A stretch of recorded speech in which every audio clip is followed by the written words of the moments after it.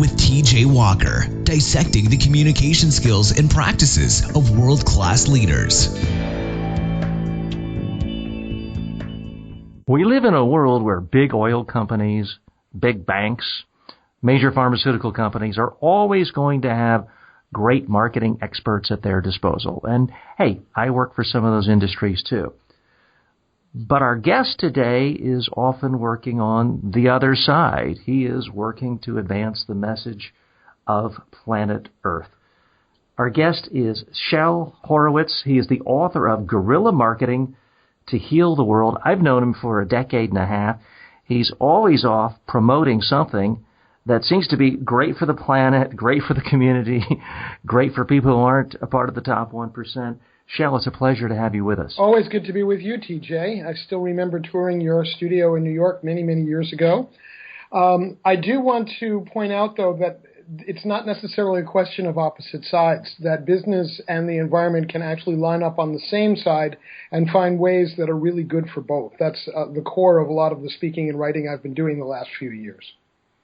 Absolutely. And in Guerrilla Marketing to Heal the World, you talk specifically about how there can be partnerships between companies and individuals, nonprofits, people who care about the environment. How does that work exactly? Well, there are so many different models for this. Some people are probably familiar with Tom's shoes. You buy a pair, they give a pair to somebody. There are, of course, a lot of companies that give their employees flex time to go out and do some community project.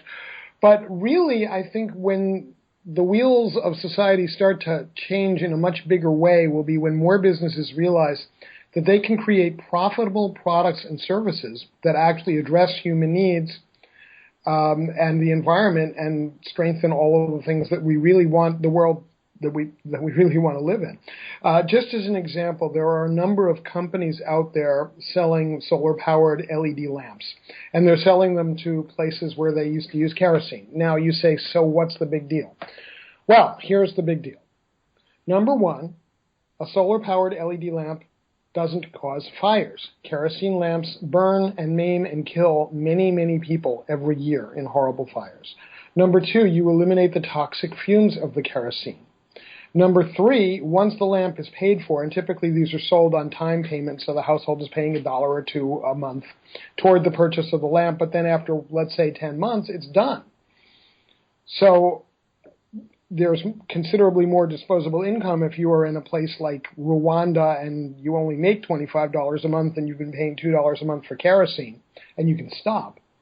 And fourth, the quality of the light is much better, so much better that the parents perhaps can come in after a day working in the fields and start some sort of cottage industry, and the kids can see to do better on their homework and get better grades in school and maybe eventually get good government jobs or good jobs in the corporate sector. So this $10 or $20 lantern becomes a ladder out of poverty while helping the environment, while making a profit. I think that's the perfect storm of the kind of thing that people should be aspiring to. And here I was, guilty of creating the same false dichotomy in my intro to you. It's not, are you for corporations or against them, or for using energy or against it? Well, you notice I called you on that pretty quickly. And I'm glad you did. In a non-threatening way. And a lot of it is about getting people to listen to each other and getting people to see the real message and getting people to understand that even if we come at things from different ways, we all ultimately want pretty much the same things for ourselves and our families and our planet.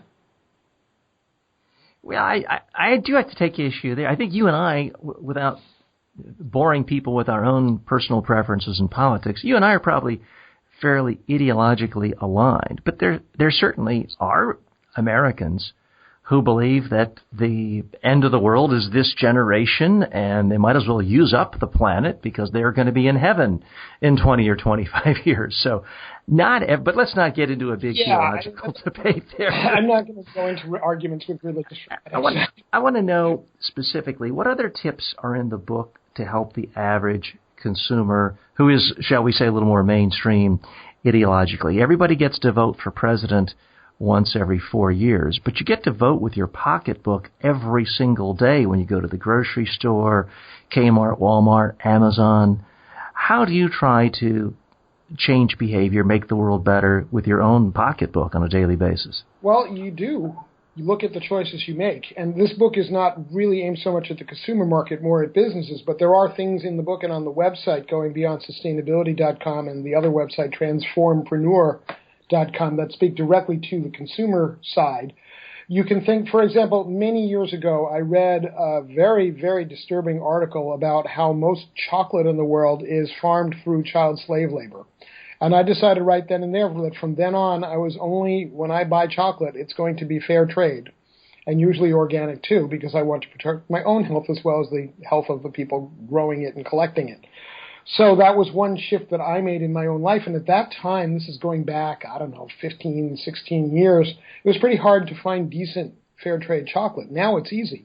And the reason it's easy is because there has been so much consumer pressure. Groups like Green America have even gotten companies like Hershey's and Mars to agree to change the way they're producing chocolate. It's a slow thing, and Hershey's has a ways to go, certainly. But they have made a commitment to get out of the slave chocolate world. And that's great. You see Starbucks slowly increasing its percentage of fair trade coffee. My friend Dean Sycon, who owns Dean's Beans Coffee, which has been organic and fair trade from the very first bean they roasted in 1993, is always on their case saying, you guys can do more, you guys can do more.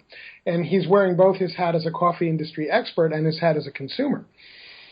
It's interesting because people have the idea, you can't fight City Hall, there's nothing we can do.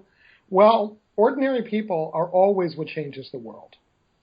I can name you a number of famous examples of people who were ordinary people before they were famous. I mean, what is more ordinary than an electrician working in a shipyard? In Gdansk, Poland, an electrician working in a shipyard started the Solidarity movement, kicked the Russians out of Poland, and eventually became President Lech Walesa.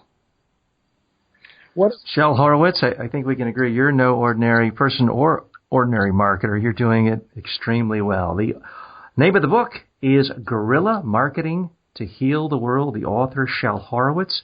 The book is available at Amazon.com. For more information, go to goingbeyondsustainability.com, and that address will be put in the show notes as well. Again, www.goingbeyondsustainability.com. And actually, once you're on that website, if you do goingbeyondsustainability.com/freebies, you'll get all sorts of gifts from me, including a sampler from the book and some other cool stuff. I actually thought I had the page up here. Right. And we're out of time. Thanks, Shel. Okay, stop, cut. Let's analyze what just happened. That was more or less sort of a typical interview in many respects. Under 8 minutes, that's all you would typically get, certainly even less than that on a normal TV show, radio show. Sort of an ill-informed host who didn't read your book. And I have read other books of yours, but I also wanted to give you a chance to see how you hit your message points with an ill-informed host, because let's face it, as guests quite often, we don't get to pick the expertise of our host. And in a moment, I'm going to ask you to tell us, what was your strategy for this interview? How did you pick your message points? But first, I just have to compliment you, sort of let people know behind the scenes. One of the reasons Shel Horowitz is quoted in the New York Times and every other publication, and why he's on TV and why he's been on thousands of talk radio shows, is he has an initial instinct of yes. He doesn't call every producer and say, well, show me your ratings and prove to me you have 10 billion viewers or listeners. I have interviewed Shel in the past, sometimes with, frankly, ill-thought-out internet TV ventures where the audience was 7 people.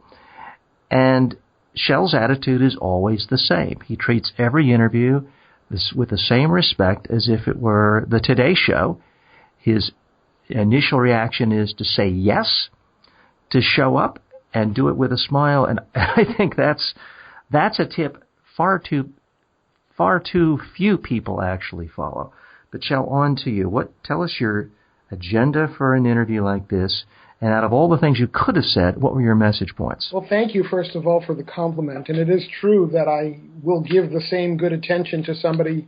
If they can get me to agree to do the interview and they've got 12 people in the room, then I'll speak to those 12 people. But my biggest message point is the idea that business can be a tool to be leveraged for global social change, that business can actually address hunger, poverty, war, catastrophic climate change in ways that are good for the planet and good for the business. And the second major point that I always try to get in is the idea that ordinary people can make a difference, that we don't have to be beaten down just because we are not in a position of power. I got Lech Walesa in, and then you pulled the plug on me just before I was going to talk about a certain seamstress in Montgomery, Alabama named Rosa Parks. And I can give you a long list of ordinary people that went on to organize or be the front face of movements. All great examples that resonate because too often people do feel powerless. Oh, I'm just little me sitting in my suburban home watching TV. What can I do? And even, I'm one guy working out of a farmhouse. I actually started a movement, a successful movement that saved our local mountain. And it was the biggest thing that I had to overcome was not anybody thinking that the development project was a good idea. It was this idea that there was nothing we can do.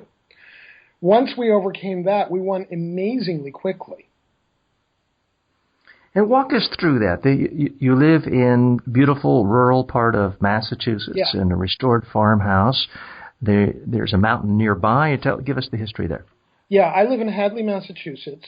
The Skinner State Park, which contains Mount Holyoke the mountain as opposed to Mount Holyoke the college, is literally outside my window. I'm looking at it right now. 1 mile north of that in the Mount Holyoke range, a developer got a buy-sell agreement to take on 100 acres or so and to build 40 McMansions. And the article in the paper was on page 1, and it was not actually reading about the project that got me riled up. It was when I got to the part where various environmental activists who should know better, including the guy who was the point person at the time for the state's land purchase and preservation program, all said, this is terrible, there's nothing we can do. And that's when I got angry enough to say, what do you mean there's nothing we can do? It was the red flag in front of the bull.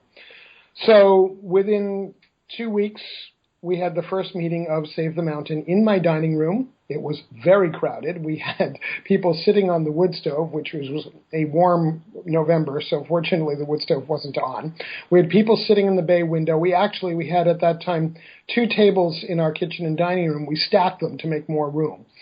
And so we had 70 people jammed into this space. And the interesting thing was, I thought all along that we would be enough of an annoyance to the developer that he would go away, but it would probably take about 5 years. Well, TJ, it took 13 months flat, a year and a month. And really, that's quick work. It was quick work. What was the single thing that generated the most media attention and therefore the most pressure on the developer to scare him away? Well, the media attention was a constant drip. I got a lot of attention when I organized the first meeting. I was in all the local papers. I was, I think, on 2 or 3 of the local radio stations. I don't remember if I did any TV in conjunction with launching that first meeting or not. But I remember that I had a very good soundbite about how the developer, who I named by name, has grossly underestimated the love that people in Hampshire County have for this mountain. And all the media ran with that soundbite. And it turned out, as I knew it would, to be true. And this was the iconic, every image you see of our area, it has this mountain and the one across the river, with the river flowing through them. That's kind of what every nonprofit uses around here that's got a visual logo that's geographically based. It's the theme. People see that, they're driving through the city of Holyoke, and then they see the mountain and they say, I'm home. I can put New York City behind me. I'm almost there. And I know you live in New York, but people like to decompress when they go to New York, and they see that mountain, and that's when they start decompressing. So to mess with that, it was some pretty powerful mojo that we had on our side, because people really wanted to preserve that mountain, and the obstacle was convincing them that they could. So we had, over the 13 months, we had more than 70 media hits in print, a few dozen on radio, and a couple on TV, and we even got the attention of the Boston Globe. They did a story on us. And then we named the developer our honorary fundraising chair when the local paper did an in-depth interview with him. and he said outrageously obnoxious things, and $1,000 in small checks flowed into our bank account in the next 7 days. Things started acting quickly. I'm sorry? Things started moving quickly. Yeah. And really, I found out fairly late in the game. The project was announced in November, and we won December a year later. And by March, I didn't know it, but the mechanisms for our winning, our victory, were already beginning to churn. And that we had attracted, through the media, we had attracted the attention of a local philanthropist who was trying to figure out how best to buy the land for the state. And basically from March through December, the following December, was all about how to make that work from a practical and legal point of view. But really, we had won through the media in March. And it wasn't just the media, but we also used public pressure. We were out there tabling. We showed up in numbers. I live in a town of 5,000 people. Anytime there was a hearing about anything related to this mountain project, we were able to get 400 people in the room. That's like 9% of the town. That's a huge percentage. Yeah. You're listening to Speaking with T.J. Walker. Our special guest is Shel Horowitz. He's the author of Guerrilla Marketing to Heal the World, available at Amazon. And by the way, if you have to fight the development in your own community, or secure development rights for that matter, you're going to have to speak to the media at absolutely no charge to you. If you click on the link below in the show notes, mediatrainingworldwide.com, I will send you a free media training course, an online media training course to help you figure out how to speak more effectively to the news media to advocate for your cause. Shel, you and I are about the same age, just a few years difference. You've been in the whole media communication business since before Snapchat, before Twitter, before Facebook, before the Internet, and even before computers. I won't say before the phone. We're not that old. No, we're not that old. But I did publish my first articles at age 15 in an alternative newspaper through my high school. And I wrote my first press release as I think I was a freshman in college. So I have been doing this a long time. I know how to write a press release on a manual typewriter. I'm rather grateful not to have to do that anymore. But I have done it many times. What skills do you have that have really served you? I mean, there's some skills you have to learn new. Like even right now, I'm having to learn how to edit audio, something I've never really learned how to do. That's what I was doing before starting this interview with you. We all have to learn new things, but there's certain skills, traits, tactics you've used for the last 40 years. Can you share one or two that you think most people either just don't get or don't follow? I think clear language is so important, whether you're writing or speaking. I think the ability to distill a concept down to its essence, keeping it simple enough for an eighth grader while acknowledging that there are shades of gray, there are complexities, and there are technical aspects that you don't necessarily have to go into, but that people can drill down with you if they need more information. I think that's really crucial. I think being able to understand the difference between phrasing things as what I call the we all the way home press release, which is like, oh, I'm so great, my company did this, and my company... Like, what does it mean to the reader? What does it mean to the viewer? What problem does it solve? What pain does it make go away? What goal does it help achieve? Frame all your talking points in terms of the results that they can bring as opposed to the accomplishment of you got this award or whatever it is. And well stated, and for the record, we've been speaking for almost 20 minutes. I haven't heard a single buzzword from you, a single piece of jargon. Nothing I had to sort of stop and explain and define for the audience the way I do with some guests. No acronyms that were insider-ish that I had to explain. So you're definitely walking the talk. There's no doubt about it. And I do this for a living, by the way. I'm very, very happy to speak to people about your own marketing, particularly those of you who are in the social change and green space. And in fact, on that page I mentioned earlier, goingbeyondsustainability.com/freebies, there are 2 assessments you can take about how ready you are to develop products and services in the green and social change arenas. And those are free. And if you complete them, then you actually get 15 minutes on the phone with me to discuss them. And if you're interested in taking him up on that, you should check out his website, goingbeyondsustainability.com. And again, we'll link to that in the show notes as well. Shal, how have your communication tactics changed over the last 40 years? So, for example, I should have reached out to you because I knew you would be a great guest, and I've only in the last week started doing interviews on my program. Before that, it was a question and answer format. But you saw a blurb that I put on some website and actively reached out to me. And what impresses me about you is I find an awful lot of people in the marketing PR business, after they reach about 29, they don't really want to reach out and pitch anymore. They sort of want to sit back and talk strategy, but they don't actually want to be out constantly looking for new opportunities, new venues, pitching. Because anytime you pitch, you face rejection. Number one, how do you sustain that energy? And number two, what other tactics are you doing now that you didn't do 40 years ago or even 5 years ago? Well, we've had this little thing come up that has totally upended PR called the Internet. I found your blurb on a site called radioguestlist.com, which I troll regularly, and I get a few interviews a year from it.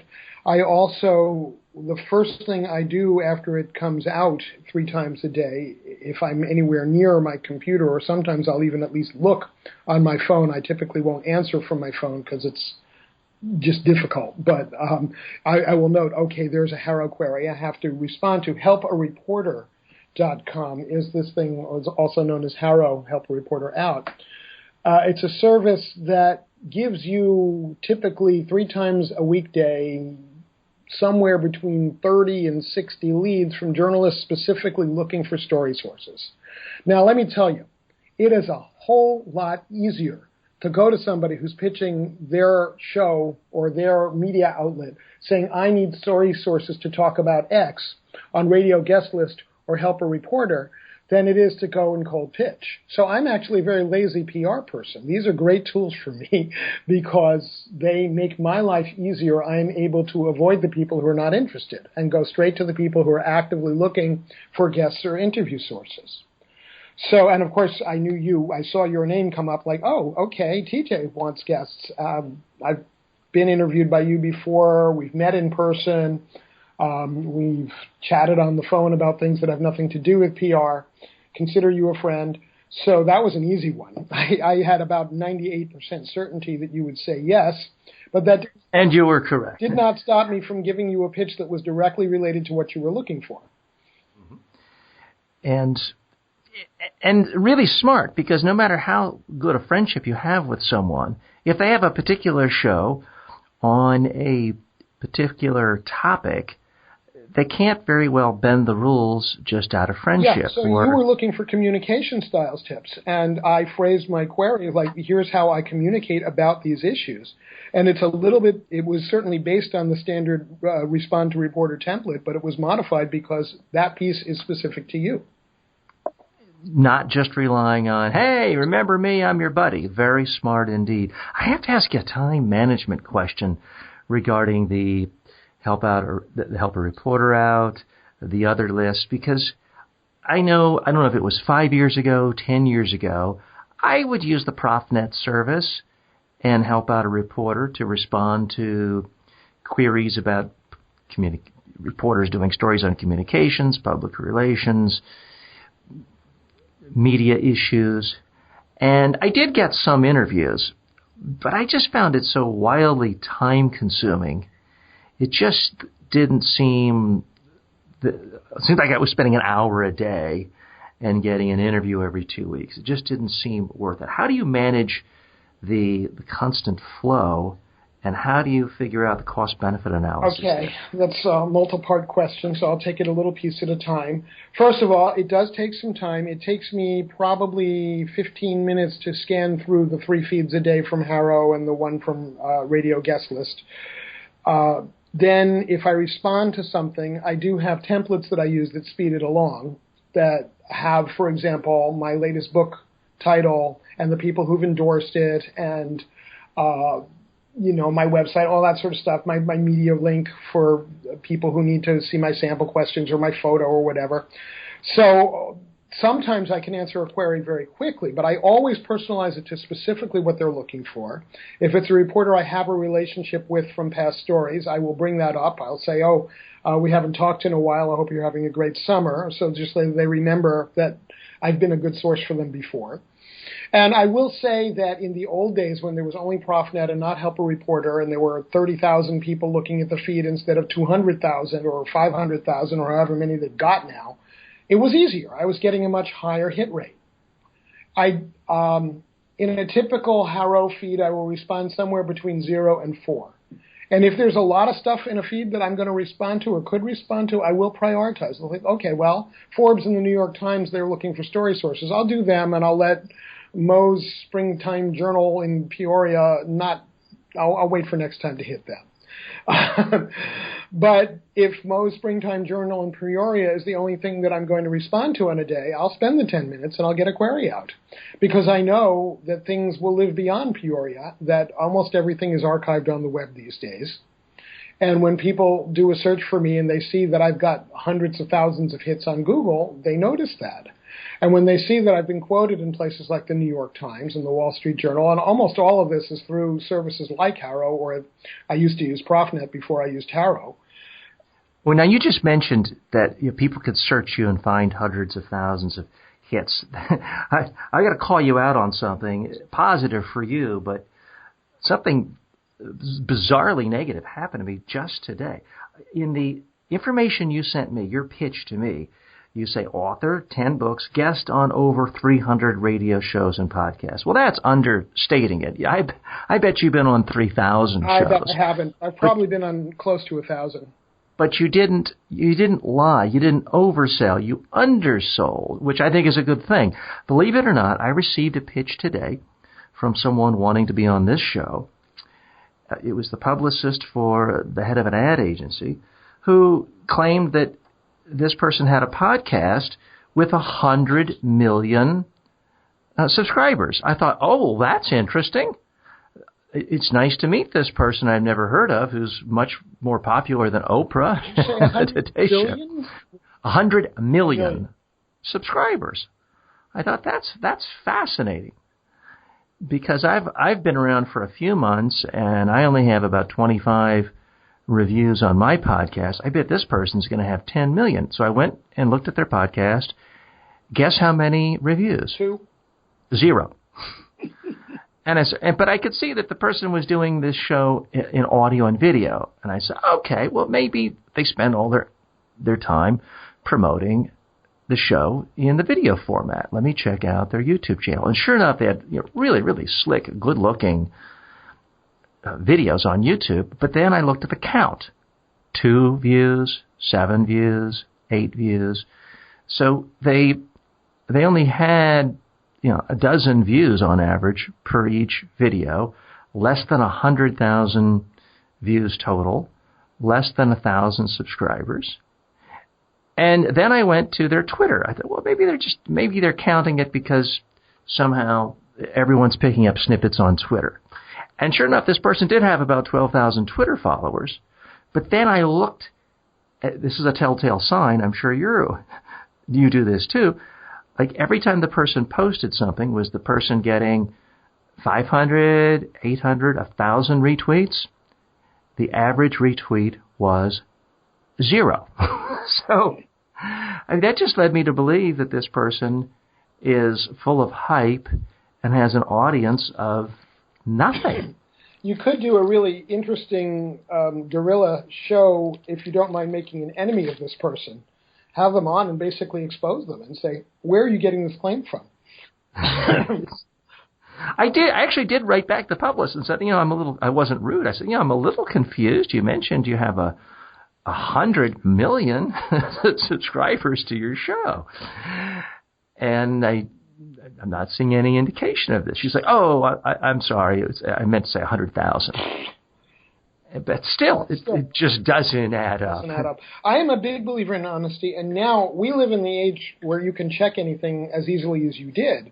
But even before that, I wrote my first book on business ethics as a success tool. That was published in 2003, so that was 13 years ago. And even then, I was saying it is the smart thing and the good for business thing to run your business ethically, because you will build a loyal audience as opposed to making enemies. And these days, it is just so easy to check. Or so easy. By the way, I apologize for interrupting, but a quick media training tip for everyone.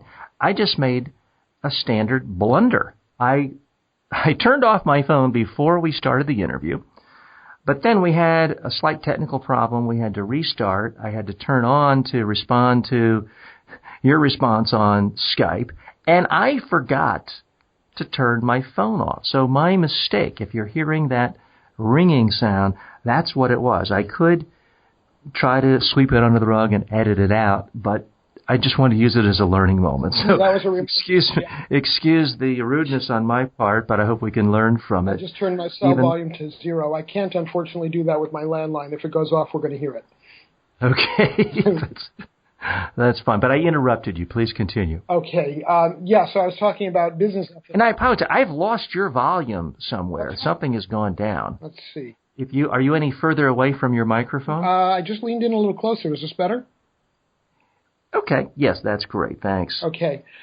So we were talking about business ethics as a success strategy and about how easy it is to check, to verify these claims.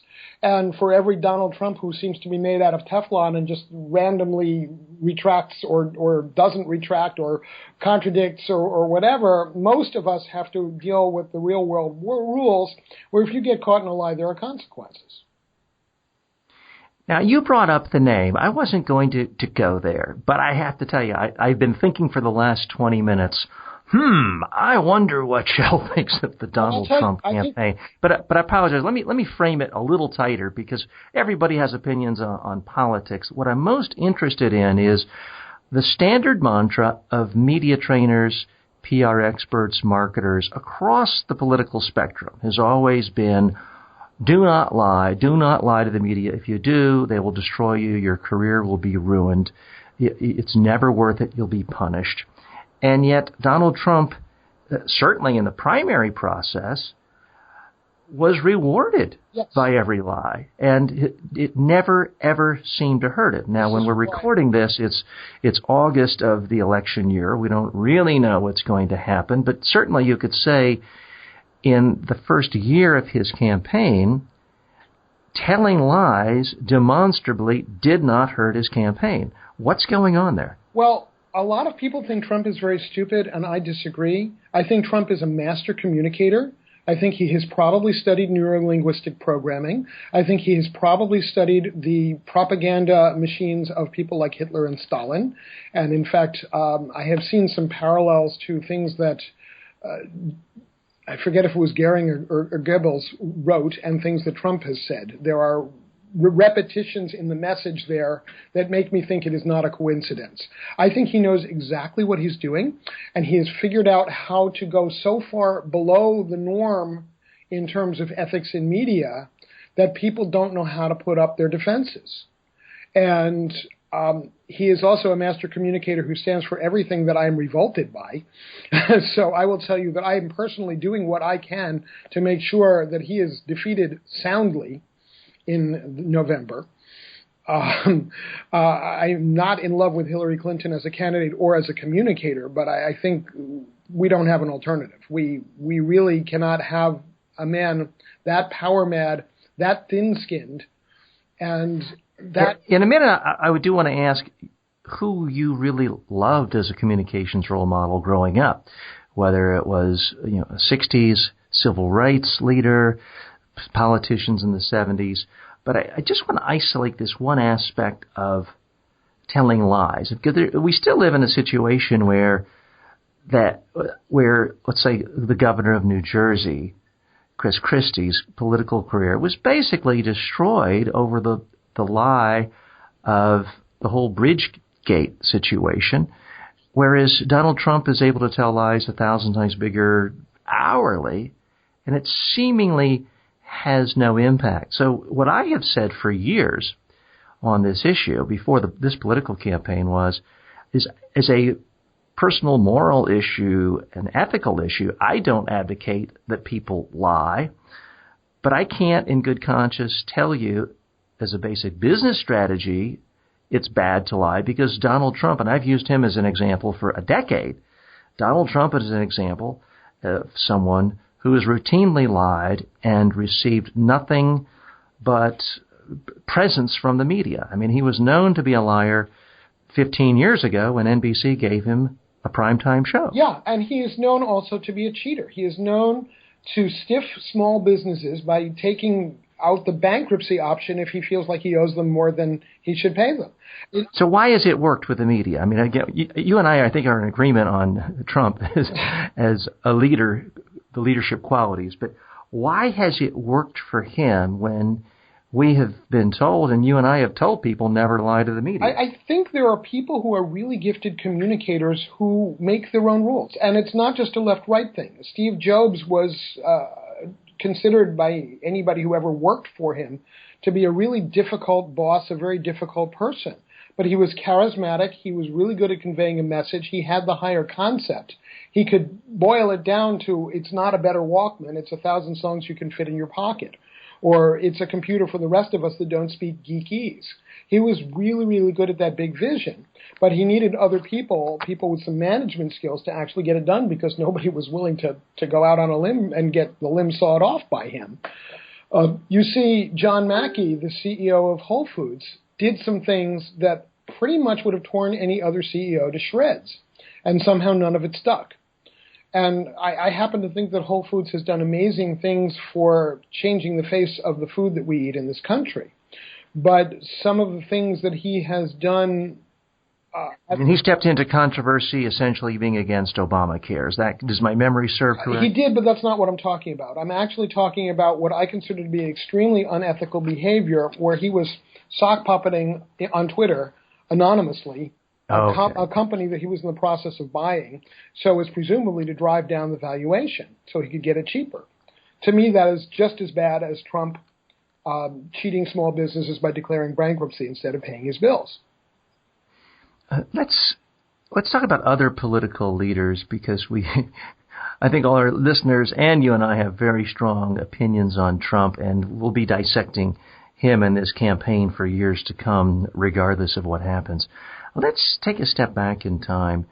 Tell me about really the first political leader or social justice leader you saw in person give a speech and on TV, and how that you liked, not just their message, but how they communicated.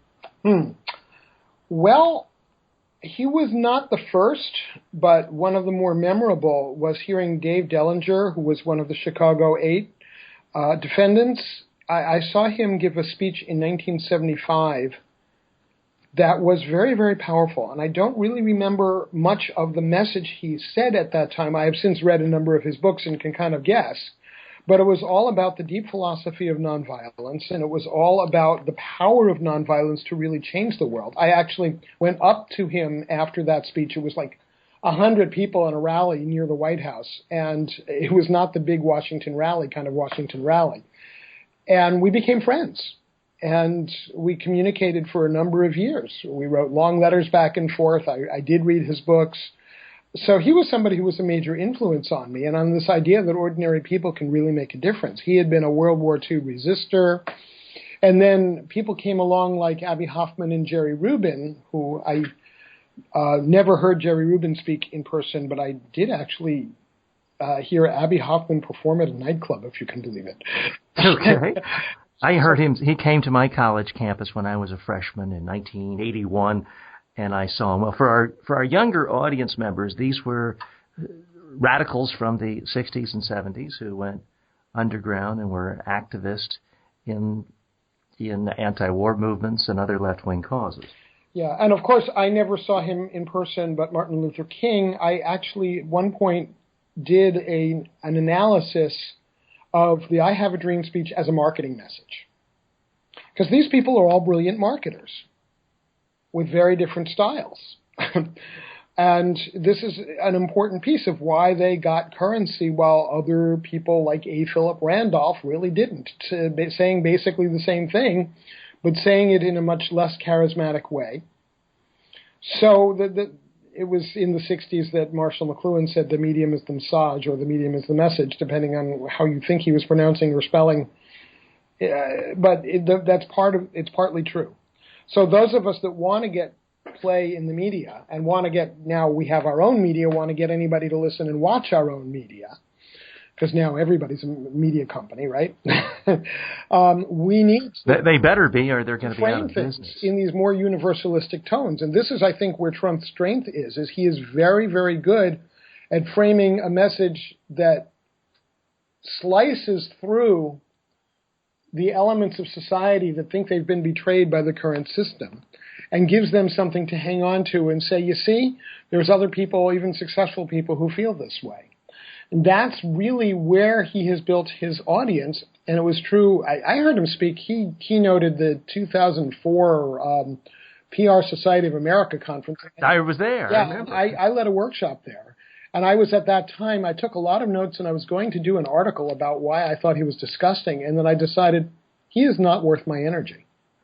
And I never wrote the article. And now I'm kind of sorry. But I really didn't want to give him the psychic space in my head for the 2 hours it would take for me to write that article. You're right. He does some things well. I would also argue he's horrible in other respects. I mean, he yelled his entire convention speech, which makes it a certain type of flat and monotone.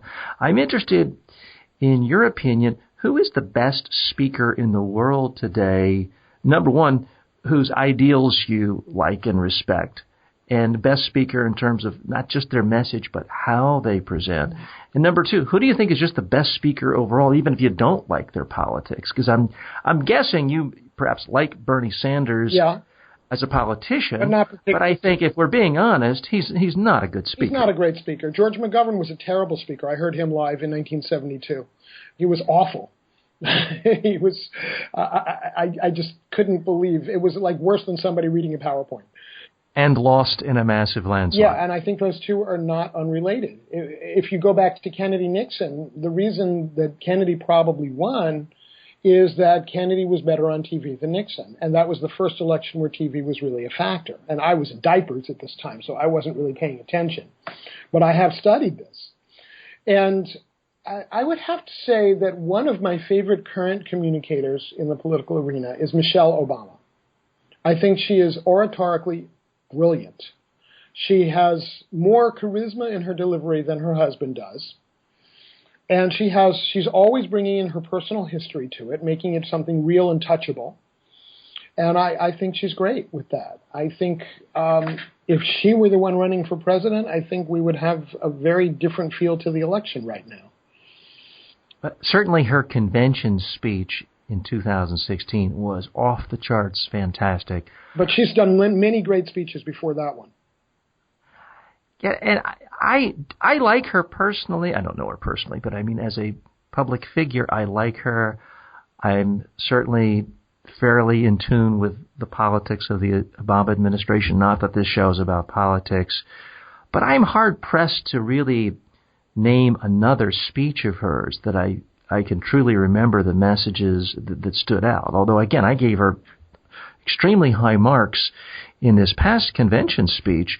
But in fairness, it's pretty easy to be very popular as a first lady because you get the star status of being the most famous woman in the world, and yet you typically are not blamed for the administration's faults. Well, that didn't stop them from dumping on Hillary, but when she was first lady. No, but important point for history, every year, I think except for one, when Hillary Clinton was first lady, she was the most admired woman in America, according to, was it Red Book or the women's magazine that does that.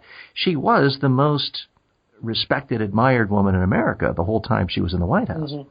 Well, if you go on greenandprofitable.com and click on my blog and then search my blog for Michelle Obama, you will see references to, I think, at least 2 other speeches that she made a couple of years ago that I blogged about at the time that I thought were pretty terrific. She definitely was great. I would contend that one of the reasons she's great is because she has absolute no interest in ever running for office. the whole right-wing Fox News, Wall Street Journal, Rush Limbaugh axis doesn't spend any time or much time trying to drive up her negatives. It is easier to be seen as a great communicator in that environment. Yeah, as far as someone in the arena, someone who's really actively out there trying to create change, and it doesn't have to be a U.S. politician. We have an audience worldwide. Is there someone else out there you see is really doing a great job? Okay, I just went to see Malala Yousafzai in Providence, Rhode Island last month. She is 19. She was shot by the Taliban at age 11 when she was already an activist for a few years. She won the Nobel Peace Prize, I think she was 15. And she is an advocate for girls' education. And she has literally put her life in danger for this cause, as has her father. And I just actually, we took a driving trip in July, and we listened, among other books, to her memoir, I Am Malala. And this girl was out there in the trenches very early in a culture where women were not respected, not supposed to be public, certainly not supposed to be educated, and where men with guns were running around enforcing this. And she's a very heartfelt speaker. She's not, you can tell she has not been trained by media coaches. She has been certainly trained to get comfortable with a microphone and facing a crowd. But her message points are so obviously and honestly her own. It's very refreshing. And just as you corrected me earlier, I will take one issue with that. A good media coach, I believe, is going to make a speaker come off as though they haven't been coached. Their real authenticity will come through. I mean, she's not my client. I have trained people before their Nobel Peace Prize acceptance speeches, but she's not my client. But I know what you mean. How much of it, and this is in no way a knock on her, I have tremendous respect for her, but at some level, if you're this young woman, if you're Mother Teresa, at some point your personal biography is so impressive, you get massive attention, praise, and acceptance before you even open your mouth at a forum. And so I'm wondering, who else do you know where they actually have demonstrable skill as a speaker on the things that you think just make good public speaking, whether it is, you could say Fidel Castro in the 50s and 60s was a very powerful speaker. Is there anyone else that you think? What's that? People would put up with those 3-hour speeches from him. Well, they didn't have much choice, but he certainly was considered charismatic and powerful and engaging and interesting. Let me think. It's interesting because a lot of the people who really shape history are not known as great public speakers. I'm a great fan of Gandhi, but I from what I've heard, he was not a particularly good public speaker.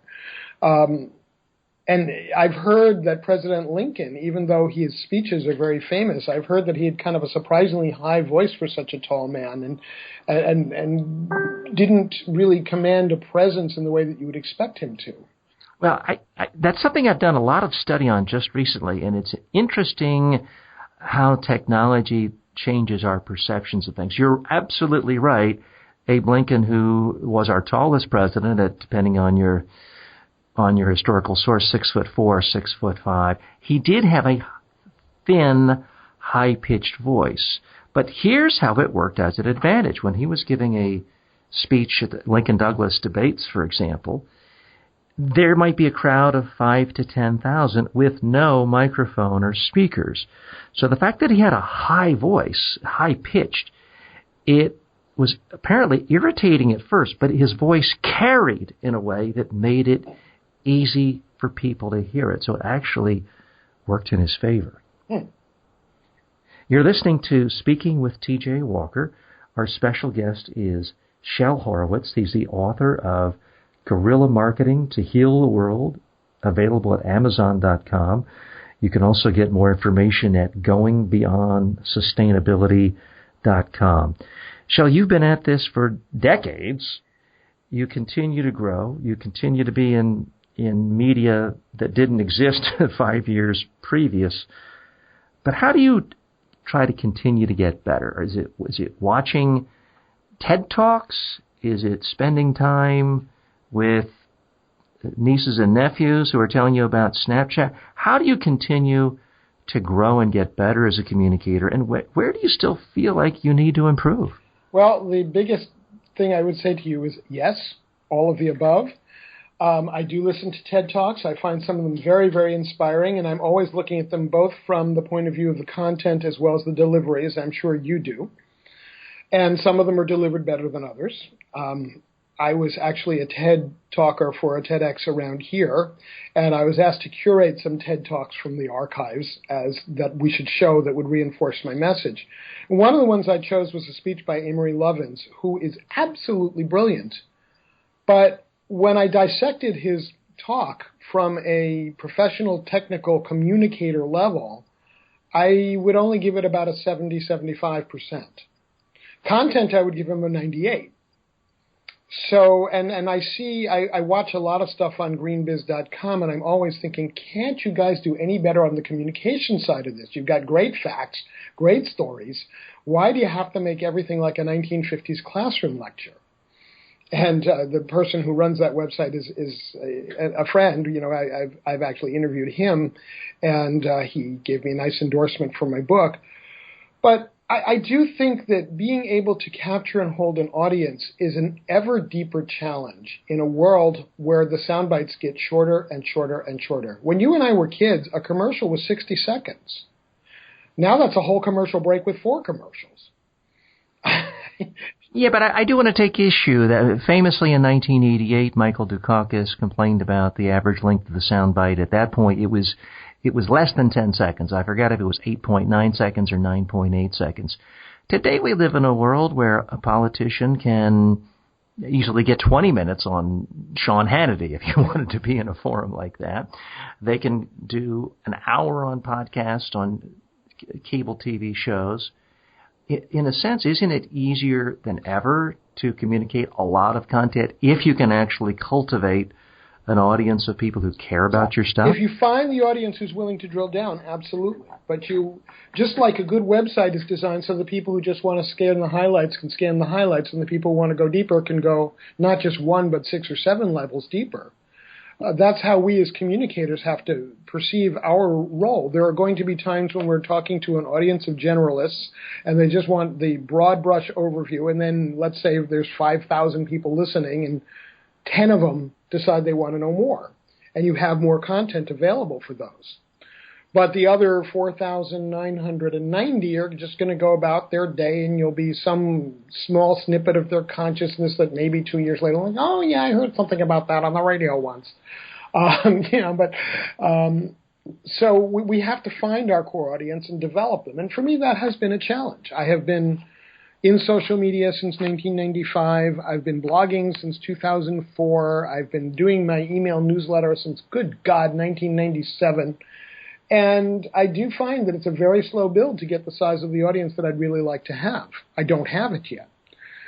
Are you seeing any change in attitude among those on the progressive side, the left? Because historically it just seemed, because I've worked in some of those circles myself, it seemed as though many in the activist side of progressive, green, left politics were almost contemptuous of good communication. It was seen almost as a badge of honor to be a bad communicator. I'm going to take Noam Chomsky may have some good ideas, but if you're not sort of a college kid at an upscale university, he doesn't have a lot of appeal. No, he doesn't. But this is not a factor of the times we live in. There are always going to be the stiff academic types, and then there are the popularizers.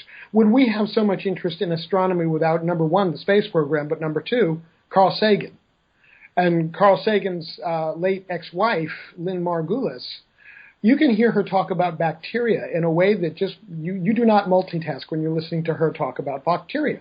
You are sitting there with your eyes wide open and you are riveted because she is making it absolutely fascinating.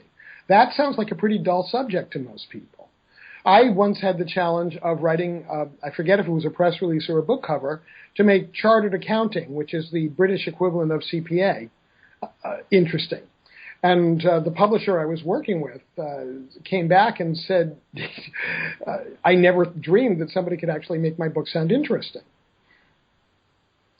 You've written more than 10 books. You're a prolific author. You've done hardback, paperback, PDF book. I have to assume traditional publishers, self-publishing. Where do you see the future of publishing? Because at the moment it seems to be going, and I'm not anti-publishing, but it certainly seems to be going down a rabbit hole of it's all about how many followers you can get in some other medium, and then you can sell that book to people who already love you. But the idea of just writing a great book and having it take off doesn't seem to be really working anymore, does it? Well, I want to give a shout out to J.K. Rowling because I think she single-handedly created a generation of readers among my children's generation. So it still can be done. It's. But I mean, Harry Potter came out at this point. Is it 15 years ago? I mean, that's more than that, I think. Around 20 years ago, I think. But that's a whole generation that grew up with that. And my kids are now 28 and 23, and all of their contemporaries grew up with that. And before that, if you recall, TJ, a lot of people on the internet and elsewhere were bemoaning the death of readers. And yet at the same time, in 1990, there were about 40,000 separate titles published in the United States. The last time I checked, which was somewhere around 2008, 2009, it was 3 million. Well, no, I'm not suggesting that reading is going down or book publishing is going down. What I'm suggesting is that if you go to a bookstore and you look at the New York Times bestseller list, you have a very difficult time, especially on the nonfiction list, finding anybody on the list who doesn't also have a primetime TV show and the book is ghostwritten. I mean, Bill O'Reilly has half a dozen books on the bookseller list at any given time. And it's because, is he really the best writer in the world? I think it has more to do with the fact that he is the #1 rated cable TV show. It's all about, for the big publishers especially, it's all about your platform right now. And I, with my 9,000 followers on Twitter and my 5,000 followers on other social media and my 5,000 subscribers to my own newsletter, I'm not considered to have a big platform these days. And that is a shift. 15, 20 years ago, that would have been huge, and people would have been flocking to me to say, yeah, let me do your next book. It's much harder now. If you think about the TV world, when I was a child, I grew up in New York City. And in New York City, there were, I believe, 7 VHF television stations. And that was more than anybody else had. Like Los Angeles, I think, had about 3. Chicago, about the same. And now you have tens of millions of television channels competing with you. You have so many more books coming out, so many more publications, internet and physical. It's much, much harder to grab your share of attention. But if you niche down far enough, you can get the attention of the 10 or 100 or 10,000 people who are going to really care. So, Cheryl, let's do some grabbing right now of the audience members now who like what they hear about you and want more. How do you want them to get into your world? Do you want them to follow you on Twitter first, go to your website, newsletter? This is your chance. Pitch away. And unlike, you're not going to be Donald Trump selling us steaks and water and vodka that are out of business. So feel free to pitch away. Okay, well, the first thing I would do is go to goingbeyondsustainability.com/freebies.